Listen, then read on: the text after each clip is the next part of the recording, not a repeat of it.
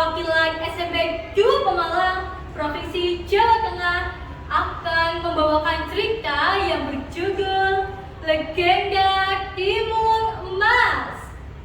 Cerita ini saya ambil dari buku yang berjudul Legenda Timun Emas dan Roro Jonggrang karya Puput Mugiati yang diterbitkan oleh Karya Gemilang Utama. Teman-teman, bayangkan jika suatu hari kalian dikejar oleh raksasa bertubuh besar dan satu-satunya cara untuk selamat adalah berlari, bersembunyi, atau bahkan melawan. Tapi beranikah kalian? Dan kira-kira pilihan apa ya yang dipilih oleh Timun Emas? Mari saksikan kisah legenda Timun Emas. Di suatu desa, hiduplah seorang janda tua bernama Mbok Sirni. Ia hidup sebatang kara karena tidak memiliki seorang anak. Sebenarnya, ia ingin sekali memiliki seorang anak agar ada yang membantunya bekerja. Di suatu sore, pergilah Mbok Sirni ke hutan untuk mencari kayu bakar.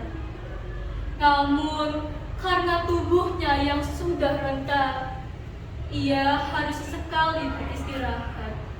Ia pun duduk di bawah ringgangnya pepohonan sambil menenun. Ya Tuhan, seandainya aku memiliki seorang anak, pasti aku akan sangat bahagia karena ada yang menemaniku bekerja, ucap Mbok Sirni. Tak lama ia bangkit dari duduknya dan kembali melanjutkan perjalanannya. Namun di tengah perjalanan, Mbok Sirni bertemu dengan raksasa bertubuh besar. Raksasa itu berkata,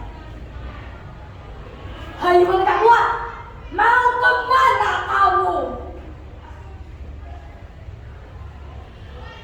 "Aku hanya ingin mengumpulkan kayu bakar. Izinkanlah aku lewat." Hahaha, wanita tua, kamu ingin memiliki seorang anak bukan? Aku bisa memberimu seorang anak. "Benarkah, dua raksasa? Apa syaratnya?" Rasa takut Mbok Sirni mulai hilang berganti dengan rasa bahagia.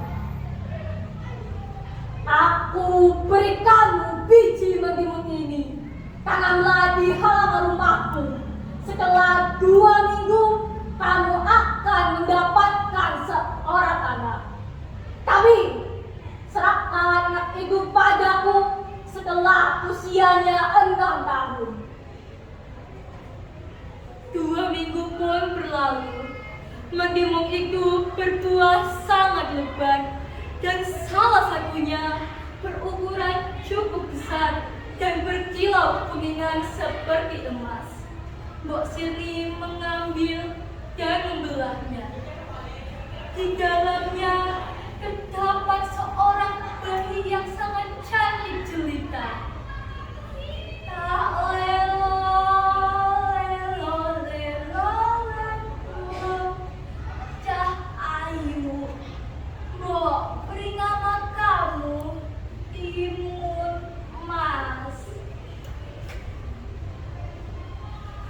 Timun Emas tumbuh menjadi gadis yang cantik rupanya dan memiliki kepribadian yang baik. Mbok Sirni sangatlah bahagia karena rumahnya tidak lagi sepi dan semua pekerjaannya bisa selesai dengan cepat berkat bantuan Timun Emas. Tiap hari Timun Emas selalu bangun pagi dan memulai rutinitasnya dengan beribadah dan berdoa kepada Tuhan yang Maha Esa. Meski dalam kondisi hidup yang sederhana, Mbok Sirni selalu berusaha menyediakan makanan yang bergizi untuk Timun Mas. Mbok sudah masakkan sayur daun kelor untukmu, Timun Mas. Makanlah, meskipun tidak sederhana, sayur daun kelor dapat membuat tubuhmu menjadi kuat dan sehat. Ucap Mbok Sirni. Baik, Mbok. Terima kasih sudah selalu memasak makanan bergizi untuk Timun Mas. Jawab Timun Mas.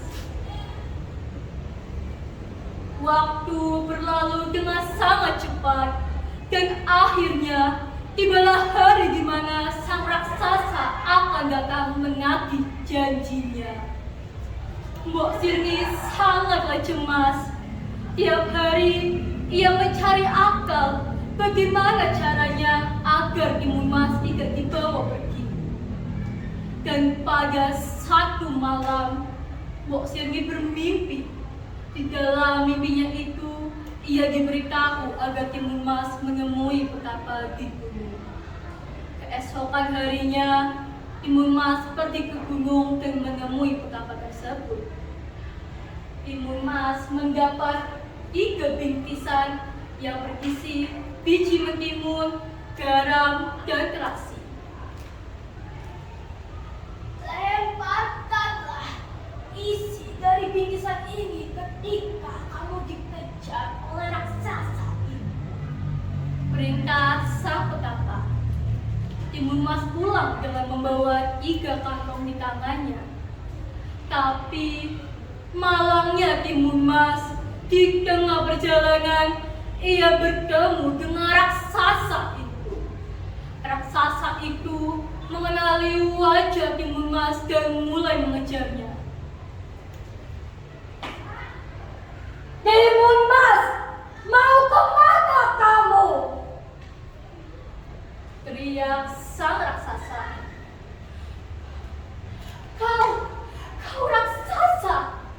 Timun Mas dengan perasaan takut mulai berlari sekencang yang ia bisa sambil meraih isi dari kantong yang pertama berupa biji mentimun dan melemparnya ke arah sang raksasa. Tanaman mentimunnya merambat, mulai tumbuh dan merangkap tubuh raksasa. Sang raksasa mencoba meloloskan dirinya dan ia berhasil. Sang raksasa berhasil lolos. Kali ini Timun Mas meraih isi dari kantong yang kedua berupa garam. Ia melemparnya ke arah sang raksasa. Lautan yang luas mulai berbentuk, tapi sang raksasa berhasil melewatinya dengan berenang. Hanya tersisa 1 kantong saja. Ya Tuhan, hanya bingkisan ini yang aku punya. Semoga ini dapat menyelamatkanku, ucap Timun Mas. Ia kemudian melempar isi dari kantong yang terakhir berupa terasi ke arah sang raksasa. Lautan lumpur yang mendidih mulai terbentuk dan sang raksasa tenggelam di dalamnya, tidak dapat selamat. Timun Mas pulang dengan perasaan lega dan bahagia. Ia pun hidup bahagia bersama Mbok Sirni selamanya. Sekian cerita dongeng dari saya. Wassalamualaikum warahmatullahi wabarakatuh. Kurang aku cuma